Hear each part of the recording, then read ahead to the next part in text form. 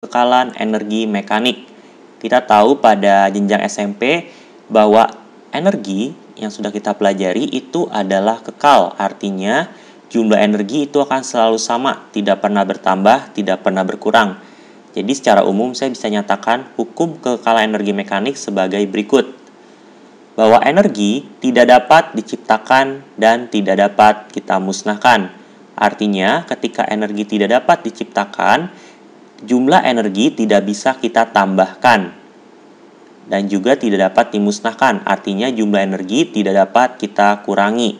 Artinya jumlah energi tidak dapat bertambah, tidak dapat berkurang. Artinya jumlah energi selalu sama. Kita bisa sebut sebagai jumlah energi akan selalu sama. Jadi kalau kita punya energi awal, saya sebut sini energi awal E1, itu akan selalu sama dengan energi akhir atau E2. Jumlah energi akan selalu sama. Tetapi hanya bisa berubah bentuk. Jadi energi ini hanya bisa berubah bentuk. Contohnya adalah pada setrika terjadi perubahan bentuk energi dari energi listrik menjadi energi panas. Terdapat juga kipas angin yang mengubah energi listrik menjadi energi gerak pada kipas angin. Nah, itu adalah contoh dari perubahan bentuk energi yang saya sebut sebagai hukum kekekalan energi mekanik, di mana jumlah energi selalu sama tetapi hanya bisa berubah bentuk. Nah, di sini kita punya rumus bahwa energi awal akan sama dengan energi akhir. Di sini kita akan fokus pada energi mekanik. Kita sebut sebagai EM1, energi mekanik awal. Ternyata energi mekanik awal akan sama dengan energi mekanik akhir. Pada video sebelumnya kita sudah bahas mengenai bentuk-bentuk energi mekanik yang ada yang kita pelajari. Di sini saya ambil contoh adalah 3, yaitu energi potensial yang berhubungan dengan ketinggian, energi kinetik yang berhubungan dengan pergerakan benda, dan energi potensial pegas yang berhubungan dengan pertambahan atau pengurangan panjang pegas. Nah, energi mekanik 1 itu akan selalu sama dengan energi mekanik 2. Tetapi ada syaratnya. Syaratnya adalah, saya tulis di sini, syaratnya tidak ada perubahan energi ke bentuk energi selain energi mekanik. Jadi kalau misalnya nih, energi yang berubah itu ke bentuk energi selain energi mekanik, maka rumus ini tidak berlaku. Jadi syaratnya adalah tidak ada perubahan energi mekanik ke bentuk energi lain selain energi mekanik. Contohnya apa? Contohnya misalnya nih, energi panas atau energi bunyi dan lain-lain. Jadi misalkan nih, energi panas itu dihasilkan oleh gesekan. Contohnya adalah ketika kamu mengusap kedua telapak tanganmu, kamu gosok-gosok, maka akan menghasilkan panas. Nah, itulah energi panas. Energi panas adalah contoh dari energi yang bukan energi mekanik, sehingga kalau ada gesekan tidak berlaku hukum kekekalan energi mekanik karena ada energi yang diubah ke energi panas. Nah, bisa juga adalah energi bunyi. Contohnya kalian lemparkan bola basket.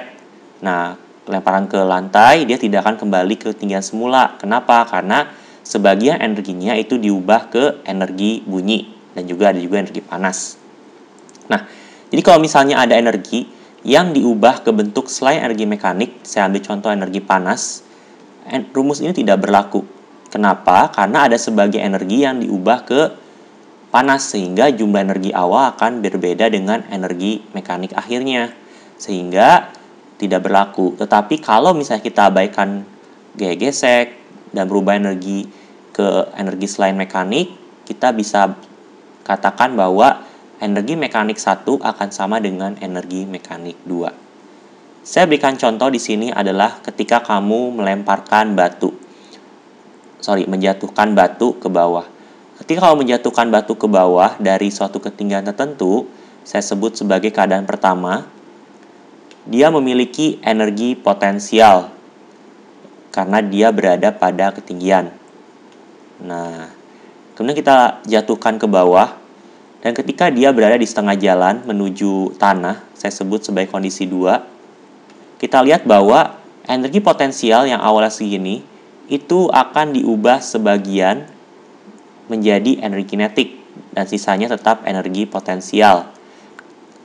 Kenapa? Karena kita lihat di sini, pada keadaan kedua, ketinggiannya berubah menjadi lebih kecil, sehingga energi potensial ada itu berkurang. Tapi kemana energinya sisanya? Nah, sisanya diubah menjadi energi kinetik, yaitu ketika batu itu bergerak ke bawah. Nah, sampai kepada kondisi 3, di mana batu hampir mengenai tanah, kita lihat bahwa seluruh energi potensial yang awalnya ini, itu diubah ke energi kinetik. Kenapa? Karena pada keadaan ketiga, batu itu tidak memiliki ketinggian, sehingga tidak memiliki energi potensial.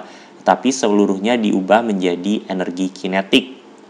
Nah, kalau kalian perhatikan, jumlah energi pada kondisi pertama, kondisi kedua, dan kondisi ketiga, kalau kita totalkan itu selalu sama. Nah, ini memenuhi hukum kekekalan energi mekanik, di mana energi mekanik tidak dapat diciptakan, tidak dapat dimusnahkan, tetapi hanya bisa berubah bentuk. Kalau kalian lihat di contoh di sini adalah perubahan bentuk dari energi potensial ke energi kinetik. Nah, ini lain halnya jika ada gaya gesekan udara. Kalau kamu lemparkan atau jatuhkan batu ke bawah, ada gaya gesekan udara. Nah, energi potensial awal tidak akan sama dengan energi kinetik akhir karena sebagian diubah menjadi energi panas. Jadi pada contoh kali ini kita mengabaikan gesekan pada udara. Nah, jadi ini adalah hukum kekekalan energi mekanik.